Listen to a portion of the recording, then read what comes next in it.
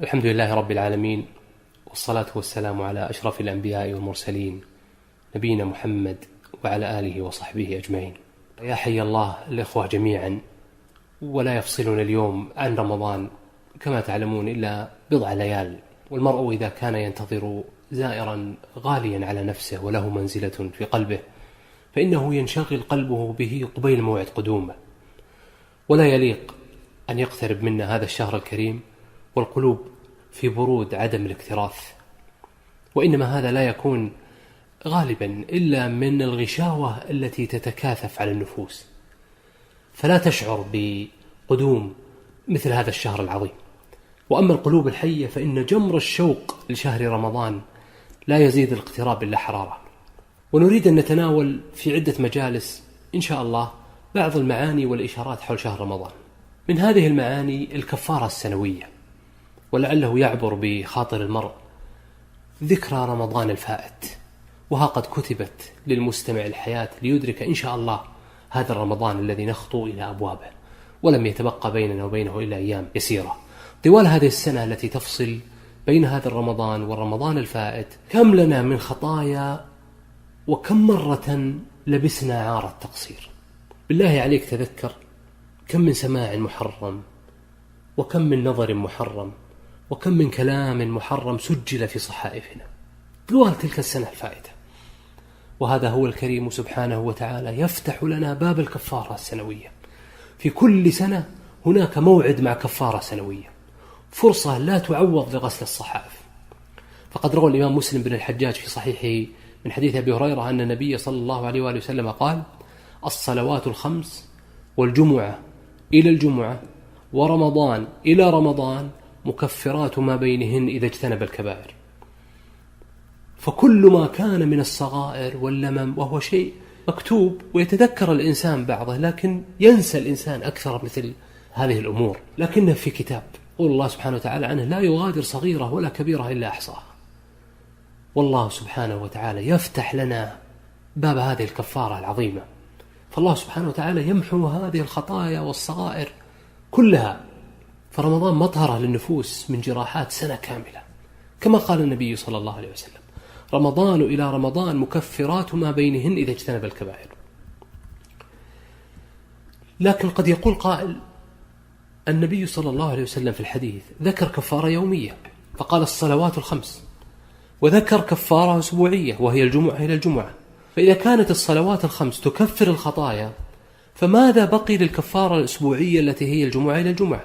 وإذا كانت الصلوات الخمس التي هي كفارة يومية والجمعة إلى الجمعة التي هي كفارة أسبوعية فماذا بقي للكفارة السنوية الرمضانية؟ يعني هل ستصادف هذه الكفارة السنوية الرمضانية، هل سنقول مثلا أنها ستصادف محلا غير قابل لظهور آثارها؟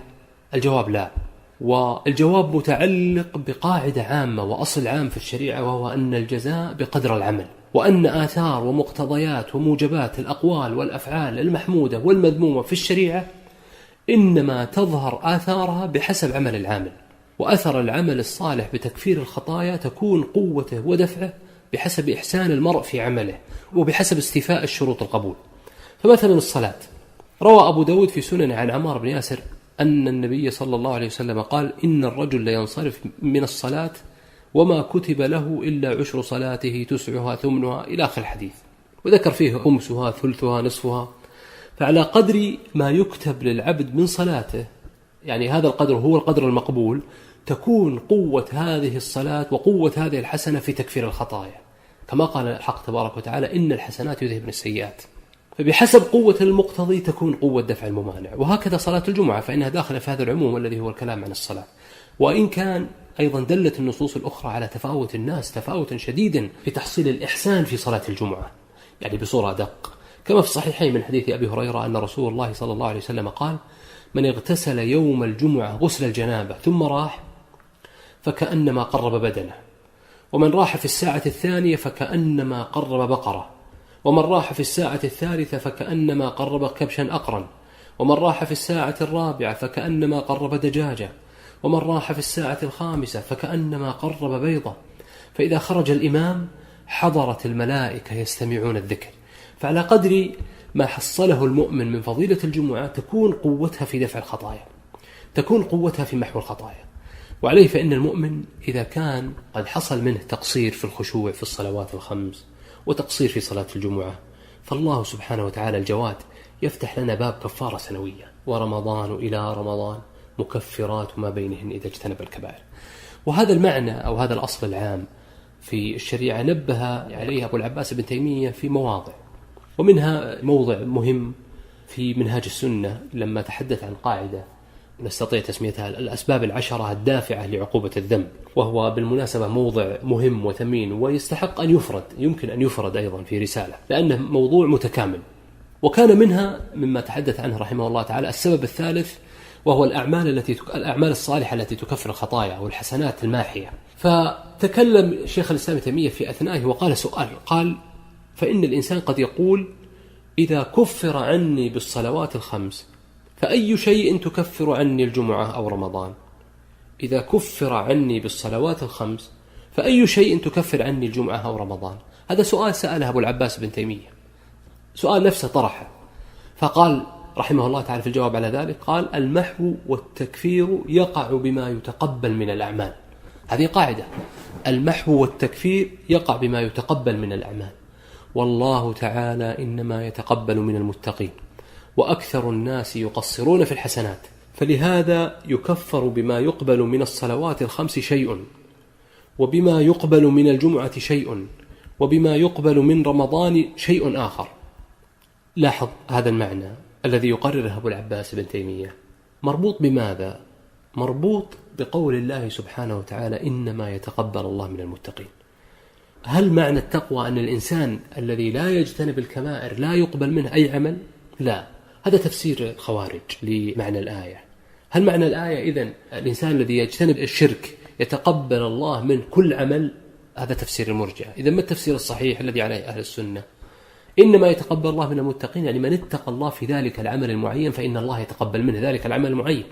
لذلك قد يوجد شخص يرتكب الكبائر لكن اتقى الله في عمل معين فيتقبله الله منه، ويوجد شخص آخر خير منه لكن ما اتقى الله في ذلك العمل المعين فلا يتقبله الله منه، وإن كان يتقبل الله منه أعمالا أخرى قد اتقاه فيها. وما تقوى الله سبحانه وتعالى في العمل المعين هي شروط قبول العمل: أن يكون خالصا يريد به وجه الله، وأن يكون صوابا يتبع فيه سنة النبي صلى الله عليه وسلم. هذا تفسير توارد المكفرات، وهذه كفارة سنوية عظيمة. إذا تأمل الإنسان في معناها اجتهد بإذن الله ليتقي الله سبحانه وتعالى في الاجتهاد في صيامه، لأن بحسب قبول الصوم تكون قوته في دفع الخطايا ومحو الخطايا وإزالة الصغائر من سجلاته. ومن المعاني والإشارات في رمضان التعريف القرآني لرمضان. القرآن وصف رمضان بوصف في غاية اللطف، والحقيقة أنه يستحوذ على الانتباه، فأي كائن حسي أو معنوي له خصائص ينفرد فيها أو يشتهر بها. ونحن إذا أردنا التعريف العام، يعني ليس التعريف الذي يجري على يعني طريقة المناطق، وإنما التعريف العام، إذا أردنا فإننا نختار أخص تلك الخصائص ونعرف بها، أو نختار يعني شيئا شريفا ونعرف به. فمثلا يعني لنضرب على ذلك أمثلة: الجزيرة العربية فيها عسير، فيها الأحساء، فيها نجد، فيها الحجاز، فيها الشمال، لكننا إذا أردنا تشريفها تجدنا نقول يعني كلمات من جنس مثلا: كيف يحصل هذا في بلد الحرمين؟ فاخترنا الحرمين لأن هاتان البقعتان هما أشرف بقع فيها، فاخترناهما لأن نعرف بهما هذه المنطقة. مثال آخر مثلا: أبو بكر رضي الله عنه له مناقب كثيرة لكنه سمي الصديق، فلا حتى أنه إذا أطلق الصديق لا ينصرف إلا له. لماذا اخترنا الصديقية؟ لأنها أشرف منازله، والإنسان نفسه يحب أن ينادى بأشرف أوصافه. والله جل وعلا لما ذكر شهر رمضان في القرآن عرفه لنا بتعريف في غاية اللطف، فيقول سبحانه: شهر رمضان الذي أنزل فيه القرآن. شهر رمضان الذي أنزل فيه القرآن. فانظر كيف اختار الله أولا هذا الشهر ظرفا لنزول القرآن، كما في الأثر المشهور الذي رواه النسائي في السنن الكبرى وغيره عن ابن عباس أنه قال: نزل القرآن في رمضان جملة فكان في السماء الدنيا، فكان إذا أراد الله أن يحدث شيئا نزل به جبريل، يعني نزل به منجما حسب الوقائع. وهذا أثر مشهور عن ابن عباس رواه النسائي في الكبرى وغيره. فانظر كيف جعل الله سبحانه وتعالى أشرف أوصاف الشهر أنه ظرف زماني لنزول أشرف الكلام مطلقا وهو القرآن. هذه لفتة عجيبة صراحة. الله سبحانه وتعالى يقول شهر رمضان، ثم وصفه أو عرفه فقال الذي أنزل فيه القرآن. لما لم يصفه بالمناقب الأخرى؟ لما اختار الله له أنه هو الظرف الزماني لنزول القرآن؟ ضع هذه الآن في ذهنك، ولا يمكن أن تمر هذه الإشارة القرآنية على المؤمن ولا يقع في ذهنه هذا الارتباط، ولا يقع في قلبه اختصاص القرآن برمضان. فالقرآن يقرأ في كل الشهور، لكن في شهر رمضان له خاصية وفضيلة، لأن شهر رمضان هو الشهر الذي نزل فيه القرآن نفسه، وقد شرف الله هذا الشهر. خذ أو ضع في ذهنك أيضا نموذج أو معطى آخر يؤكد هذا. جبريل كان يدارس النبي صلى الله عليه وسلم القرآن شهرا في السنة، واختار جبريل شهر رمضان لمدارسة القرآن مع النبي صلى الله عليه وسلم، وفي كل ليلة حتى ينتهي رمضان.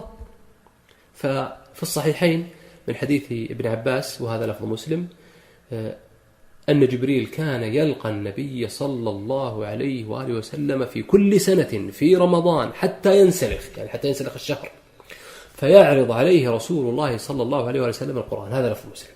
وفي لفظ البخاري كان يلقاه في كل ليلة من رمضان فيدارسه القرآن. هذان سؤالان الآن لا يمكن أن يفوتهما ذهن المؤمن.